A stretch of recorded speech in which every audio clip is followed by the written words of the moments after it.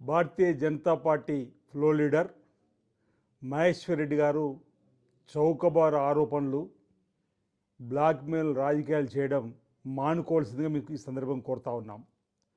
2 నెలలకోసారి media ముందుకు వచ్చి నోటికి వచ్చినట్లు మాట్లాడడం, ఆరోపణలు చేయడం, హడావుడి చేయడం అనేది ప్రజలందరూ కూడా గమనిస్తున్న సందర్భం. అవినీతి అక్రమాలంటూ ఎక్కడెక్కడో మాటలు, గాలి అంతా ఏదో తీసుకొని వచ్చినట్టుగా ఆడిపోసుకోవడం అనేది సరికాదని మాట సందర్భంగా చెప్తున్నాం. అర్థం లేని ఆరోపణలు, పసలేని ఆరోపణలు, ఆధారం లేని ఆరోపణలు చేయడం మానుకోవాల్సిందిగా కోరుతూ, మహేశ్వర్ రెడ్డి గారికి ఈ ప్రజా ప్రభుత్వం పైన ఆడిపోసుకోవడం మాని కేంద్ర భారతీయ జనతా పార్టీ నుంచి నిధులు తీసుకురావడం పైన శ్రద్ధ చూపెట్టవలసిందిగా ఈ సందర్భం కోరుతా ఉన్నా. ఒకవేళ మీ దగ్గర అవినీతి అక్రమాలకు సంబంధించిన సమాచారం ఉంటే కోర్టుకు వెళ్ళి కొట్లాడండి. లేదు, మా నాయకుడు గౌరవ ముఖ్యమంత్రి రేవంత్ రెడ్డి గారికి ఇవ్వండి, మేము విచారణ జరిపించడానికి సిద్ధంగా ఉన్నామన్నమాట ఈ సందర్భం చెప్తా ఉన్నా. ఓవైపు 7.5 లక్షల కోట్ల అప్పుతో ఈ ప్రభుత్వం అధికారంలోకి వచ్చిన నాటి నుంచి ప్రతినిత్యం 18 గంటలు మా గౌరవ ముఖ్యమంత్రి రేవంత్ రెడ్డి గారు కష్టపడుతూ మంత్రులను సమన్వయపరుచుకుంటూ గౌరవ మంత్రులతోటి అరే గాడిలో ఈ ప్రభుత్వాన్ని పెడుతుంటే మీరు తిన్నది అరక్క ఈ విధంగా ఆరోపణలు చేయడం ఎంతవరకు సబబని ఈరోజు నేను వారిని మహేశ్వర్ రెడ్డి గారిని సందర్భం అడుగుతా ఉన్నా. అరే గత ప్రభుత్వంలో జరిగిన అవినీతి పైన ఎందుకు మీరు నోరు మెతుకులేదు అంటున్నాం. ఈరోజు గత ప్రభుత్వంలో జరిగిన అవినీతి అక్రమాలపైన కేటీఆర్ గారు ఫార్ములా ఈ రేస్ కార్ రేస్ సంబంధించిన దానిపైన మేము ముందుకు పోతూ ఉంటే ఎందుకు మీరు వారిని వెనుకేసుకొని వచ్చే విధంగా మాట్లాడుతున్నారని చెప్పనేది. అసలు కేటీఆర్ని కానీ కేటీఆర్ కుటుంబాన్ని కానీ ఏనాడు కూడా పల్లెత్తు మాట్లాడకుండా ప్రజా ప్రభుత్వం పైన పసలేని ఆరోపణలు చేస్తూ ఎందుకు మీరు ఈ విధంగా ప్రభుత్వం పైన ఆడిపోసుకుంటారో చెప్పని అడుగుతున్నా.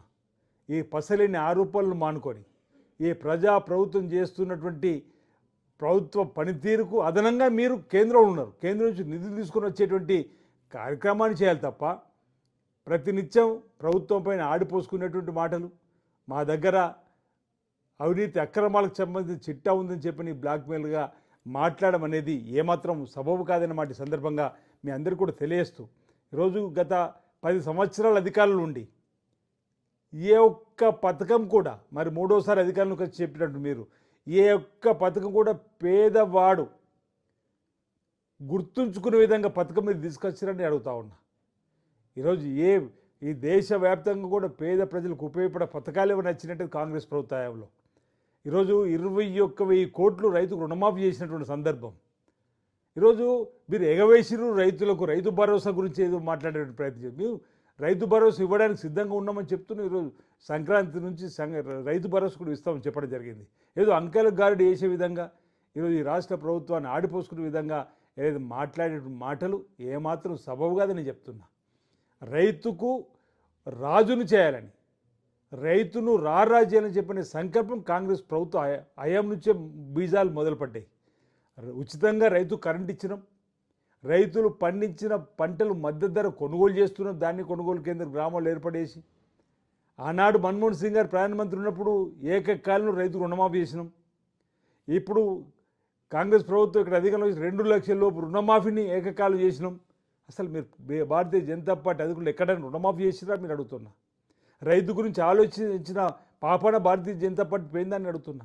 రైతులకు నల్ల చట్టాలు తీసుకొచ్చి సంవత్సరం అంతా రైతులు ఢిల్లీ చుట్టూ నిరాదీక్ష చేసే విధంగా ఆ తర్వాత చట్టాలను వెనక్కి తీసుకున్నటువంటి మీరా రైతు గురించి మాట్లాడదని చెప్పండి. సందర్భంగా ఈరోజు ప్రతినిత్యం రాజకీయాలు చేయడం మానుకొని కేంద్ర ప్రభుత్వం ద్వారా వచ్చేటువంటి మేలైనటువంటి నిధులు తీసుకొచ్చి ఈ ప్రభుత్వం చేసేటువంటి కార్యక్రమాలకు అదనంగా మీరు కార్యక్రమాలు అమలు చేయాలి తప్ప ఈరోజు బీఆర్ఎస్ పార్టీని వెనుకచ్చే విధంగా మీరు ఏదైతే మాట్లాడేటువంటి మాటలు ఉన్నాయో వాటిని మానుకోవాల్సిందిగా ఈ సందర్భంగా తెలియజేస్తూ, ఈ ప్రభుత్వం ప్రజా ప్రభుత్వం, ప్రజలకు అందుబాటులో ఉండే ప్రభుత్వం. ఇంతకుముందు చెప్పినట్టు 7.5 కోట్ల అప్పుల్లో ఉన్న గాడిన పట్టే విధంగా 18 గంటల రోజుకు మా ముఖ్యమంత్రి గారు పనిచేస్తున్న మంత్రులతో సమన్వయం చేసుకుంటూ ముందుకు పోతున్న సందర్భాన్ని ఒకసారి గమనించమని కోరుతున్నాం. భారతీయ జనతా పార్టీ ఊరికే విమర్శలు చేయడం అనేటువంటిది సరి కాదని మాట సందర్భం చెప్తూ ప్రజలకు ఇచ్చిన హామీలు ఏవైతున్నాయో వాటిని అన్నిటి కూడా అమలు చేసే బాధ్యత కాంగ్రెస్ పార్టీ ప్రభుత్వం తీసుకుంటుంది. జన్ ధన్ ఖాతా తెరవండి, ఏటా 15 లక్షలు ఇస్తామన్న పేదోడి ఖాతాలో. 10 ఏళ్ళు అయిపోయింది, 10 ఖాతాలను మీరు వేసారని అడుగుతున్నా. ఏటా 2 కోట్ల ఉద్యోగాలు అన్నారు దేశవ్యాప్తంగా.